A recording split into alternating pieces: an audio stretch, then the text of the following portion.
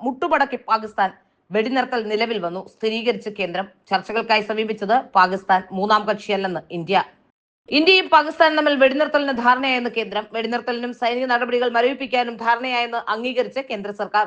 വിദേശകാര്യ സെക്രട്ടറി വിക്രം മിശ്രിയാണ് ഇത് സംബന്ധിച്ച ഔദ്യോഗിക പ്രസ്താവന നടത്തിയത്. ഇന്നലെ വൈകിട്ട് 5 മുതലാണ് വെടിനിർത്തൽ പ്രാബല്യത്തിൽ വന്നത്. അതേസമയം തീരുമാനം മൂന്നാം കക്ഷി ഇടപെടൽ ഇന്ത്യ നിഷേധിച്ചു. ഇരു രാജ്യങ്ങളുടെയും സൈനിക മേധാവികൾ തമ്മിൽ നടത്തിയ ചർച്ചയ്ക്കൊടുവിലാണ് സുപ്രധാനമായ തീരുമാനം വന്നിരിക്കുന്നത്. പാകിസ്ഥാൻ DGMO ഇന്ത്യയുടെ DGMOയുമായി ബന്ധപ്പെട്ടതായി വിദേശകാര്യ സെക്രട്ടറി വിക്രം മിശ്രി പറഞ്ഞു.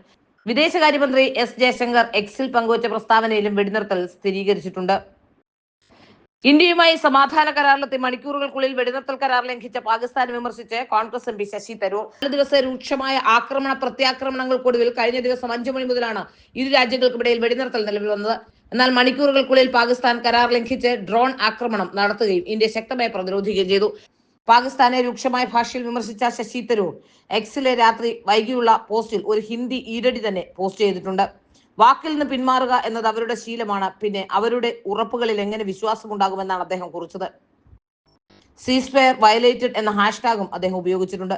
കഴിഞ്ഞ ദിവസം രാത്രി ജമ്മു കാശ്മീരിലെ ശ്രീനഗർ ഉൾപ്പെടെയുള്ള വിവിധ സ്ഥലങ്ങളിലും ഗുജറാത്തിലെ ചില ഭാഗങ്ങളിലും ഡ്രോണുകൾ കണ്ടെത്തി തകർത്ത ശേഷം പാകിസ്ഥാൻ നടത്തുന്ന വെടിനിർത്തൽ ലംഘനങ്ങൾക്ക് ഇന്ത്യൻ സായുധ സേന മറുപടി നൽകുന്നുണ്ടെന്ന് വിദേശകാര്യ സെക്രട്ടറി വിക്രം മിശ്രി സ്ഥിരീകരിച്ചു. സാഹചര്യം ഗൗരവത്തോടെയും ഉത്തരവാദിത്വത്തോടെയും കൈകാര്യം ചെയ്യണമെന്ന് അദ്ദേഹം പാകിസ്ഥാനോട് ആവശ്യപ്പെട്ടിട്ടുമുണ്ട്.